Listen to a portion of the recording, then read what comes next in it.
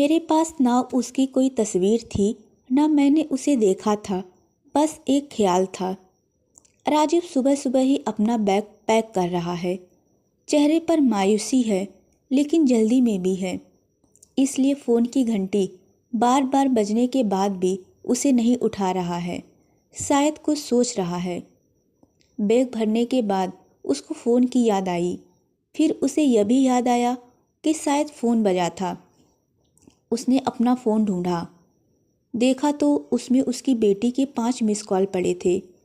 राजीव ने उसे फ़ोन किया। राजीव ने बोला, हाँ कनिका बोलो। कनिका बोली, पापा मैं आपको कब से फ़ोन लगा रही थी, आप फ़ोन क्यों नहीं उठा रहे थे। राजीव ने बोला, वो मैं थोड़ा बिजी था। कनिका, आप घर पर हैं या बाहर।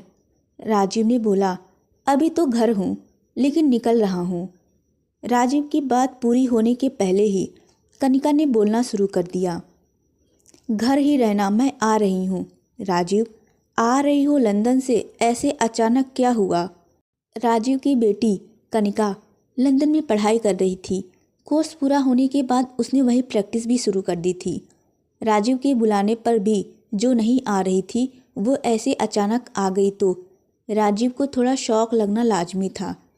राजीव वहीं सोफे पर बैठ गया और भरा बैग उसकी साइड में है। थोड़ी देर में कनिका आ गई। राजीव, क्या हुआ, तुम अचानक कैसे आ गई। कनिका, पापा अभी आप मुझसे कुछ नहीं पूछिए। अगर आपको मेरे यहाँ आने से कुछ प्रॉब्लम है तो मैं कहीं और चली जाती हूँ। कैसी बात कर रही हो। अच्छा ठीक है। राजीव ने अपना बैग उठाया और कहा, ठीक है तुम रुको, मुझे जाना होगा। कनिका ने पूछा, कहाँ। राजीव बोले, पापा को मिलने जाना है। बोलते समय उसकी आंखों में उदासी थी। उससे कनिका कुछ समझी। कनिका ने कहा, मैं भी आती हूँ। राजीव हल्का सा मुस्कुराया। दोनों निकल पड़े। कार में बैठे करीब 6 घंटे लगे उन्हें वहाँ पहुँचने में। राजीव के पिताजी अपने पुराने घर में ही रहते थे। कई बार राजीव ने उन्हें वहाँ से अपने साथ चलने को कहा, लेकिन उन्होंने कहा कि तुम्हारा कोई ठिकाना नहीं, कभी कहीं रहते हो तो कभी कहीं, मुझे यही अच्छा नहीं लगता है। राजीव और कनिका सीधे उनके कमरे में पहुँचे। वो बिस्तर पर लेटे थे। हालत थोड़ी ठीक नहीं थी। अब इस उम्र में अक्सर ऐसा हो जाता है। कनिका, दादाजी, सीधा दादा से लिपट गई। दादा, अरे मेरे बच्ची, अच्छा हुआ तू आ गई, नहीं तो मुझे लगा कि क्या पता अब तुझे देख पाऊंगा या नहीं। राजीव, कैसी बातें कर रहे हैं पापा। कनिका बोली, दादाजी मुझे कुछ बात करनी है आपसे। हाँ बोलो मेरी बच्ची। तब कनिका ने अपने ब्रेकअप के बारे में दादाजी को बताया। राजीव भी वहीं खड़ा सुन रहा था। उसे भी पता चल गया कि उसके यहाँ आने का कारण क्या था। यह सब सुनने के बाद दादाजी बोले, क्या तुम आजकल के बच्चे प्यार करते हो। एक इस तेरे बाप को ही देख ले, तलाक लेकर अकेला बैठा है। लव मैरिज की थी, पता नहीं फिर कहाँ चला गया लव। तुम मुझसे कुछ सीखे नहीं। कनिका बोली, दादाजी आपकी भी कुछ लव स्टोरी है, मैं तो आपसे सब शेयर करती हूँ। और आप। दादाजी बोले, हाँ एक प्यारी सी जिसको सोचता हूँ तो आज भी खुश हो जाता हूँ।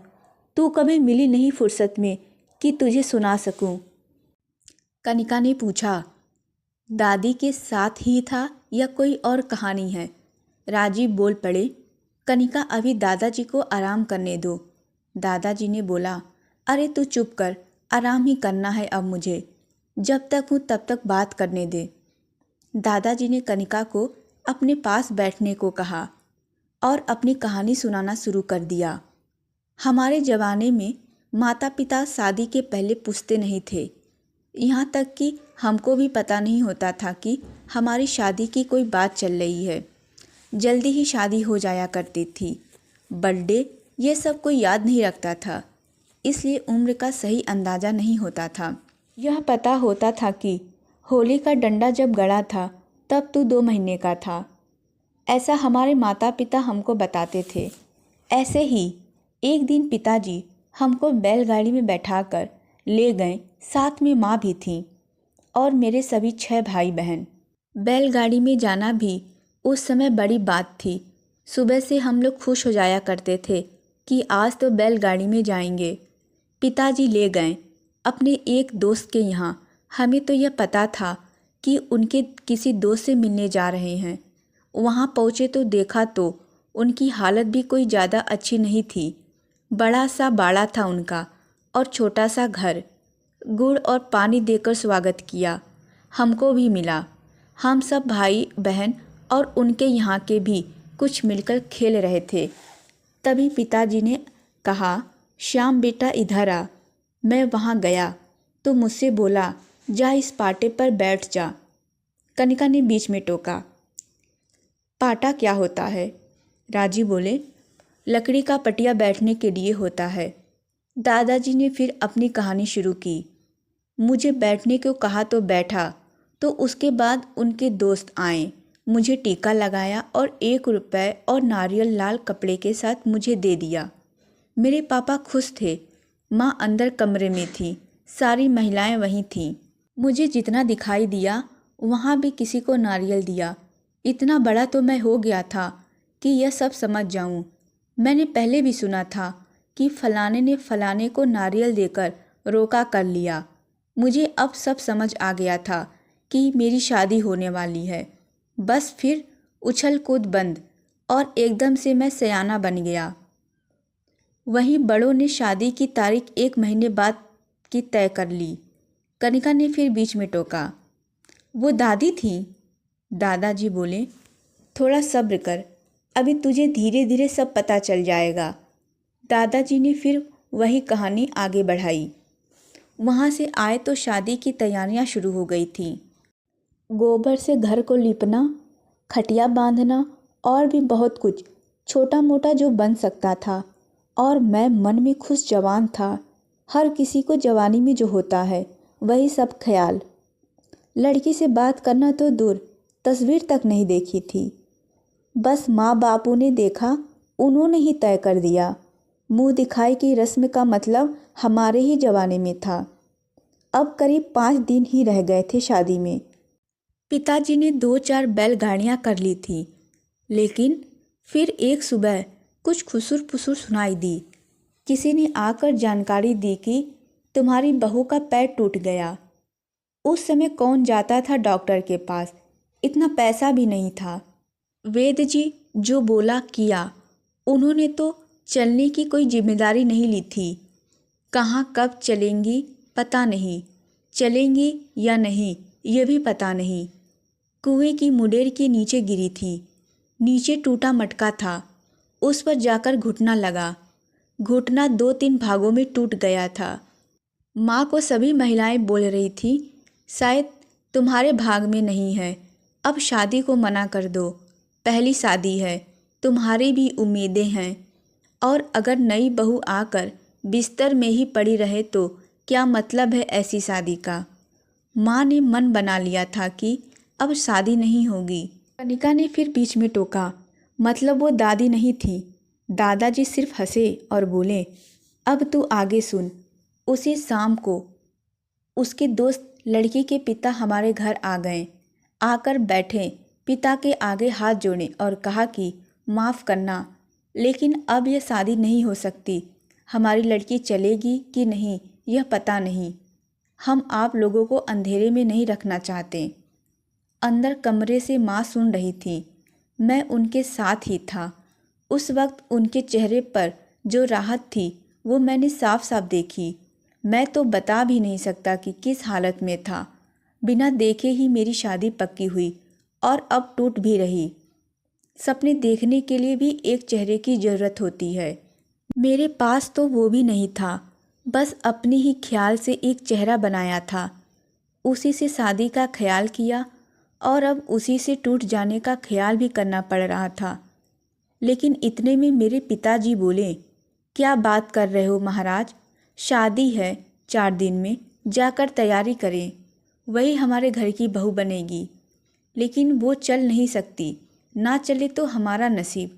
मान लीजिए यह घटना अगर शादी के बाद होती तो तब हम क्या छोड़ देते। शादी कर दीजिए, और बच्ची को वहीं आराम करने दे थोड़े दिन। यहाँ आना जाना अभी ठीक नहीं है। जब कुछ आराम होगा तब हम ले आएंगे। पिताजी की बात से उनके दोस्त की आंखों में आंसू आ गए, लेकिन माँ का मुंह फूल गया। पिताजी को भी पता था कि माँ नाराज हैं, क्योंकि बर्तन की आवाज़ कुछ ज़्यादा आ रही थी घर से। लेकिन माँ की इतनी हिम्मत नहीं थी पिता को कुछ बोलें, और मैं तो फिर क्या ही बोलता। बारात 5 दिन बाद गई। निर्धारित समय पर फेरे भी हुए। और मैं अब बताता हूँ, वो तुम्हारी दादी थी। मेरे साथ फेरे न सिर्फ तुम्हारी दादी ने लिए, बल्कि उसके पिताजी यानी कि मेरे ससुर ने भी लिए, उनको गोद में उठाकर। कनिका बस अब शांत और चेहरे पर मुस्कान लिए सुन रही है। कनिका ने पूछा, फिर दादी घर कब आई?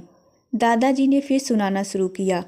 घर कहाँ, शादी हुई, लेकिन अभी तक चेहरा भी नहीं देखा मैंने उनका। इतना लंबा घूंघट लेकर बैठी थी। मैंने वेद जी से बात की थी कि उसके घर वाले उसका इलाज कर रहे हैं। मुझे पता चला कि एक जंगली झाड़ी को पीसकर उसका लेप लगाने से जल्दी ठीक होता है। मुझे जल्दी थी, इसलिए सबसे पूछता रहता था। 3 साल तक उसके घर वालों और मेरे घर वालों से छिप कर मैं उसके लिए वो पीसी झाड़ी उसके घर भिजवाता था। असर हुआ उसका, मेरे प्यार और विश्वास का। 3 साल और कुछ महीने बाद वो चल पाईं और फिर मेरे घर आईं। कनिका सुनती रह गई।